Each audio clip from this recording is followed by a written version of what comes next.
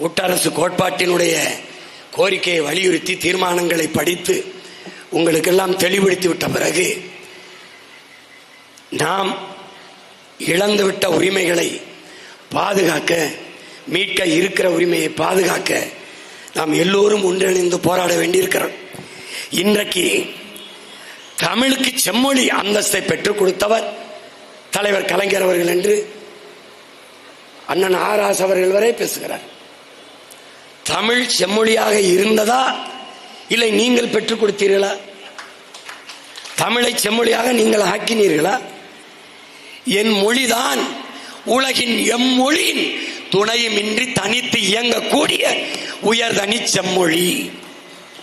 அது உலகில் எல்லா அறிஞனும் மொழியல் அறிஞனும் ஒத்துக்கொள்வான். என் மொழி செம்மொழி.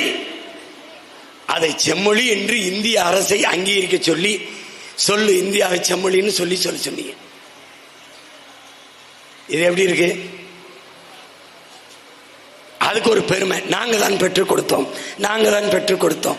பெற்றுக் கொடுத்த செம்மொழி பெருமக்கள் வணிகர் சங்க மாநாட்டில் தமிழ் வளர்ச்சிக்கு தமிழ்நாட்டு முதல்வர் ஐயா ஸ்டாலின் அவர்கள் பேசுகிறார்கள்.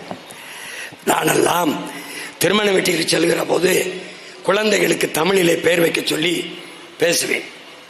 அதுபோல நீங்கள் உங்கள் கடைகளை, வணிக நிறுவனங்களை பிள்ளைகளாகத்தான், குழந்தைகளாகத்தான் பாவிக்கிறீர்கள். அதனால் நீங்களும் உங்கள் கடைகளுக்கு, உங்கள் வணிக நிறுவனங்களுக்கு தமிழிலே பெயர் வையுங்கள். குறிப்பாக ரெயின்போ என்று இருந்தால் அதை ரெயின்போ என்றே தமிழில் எழுதுங்கள். ஐயோ, நீங்க சிரிக்கிறதுக்காக நான் சொல்லல, சத்தியமா அப்படி பேசியிருக்காப்ல. அதை வானவில் அப்படி எழுதுங்க அப்படின்னு சொல்லல.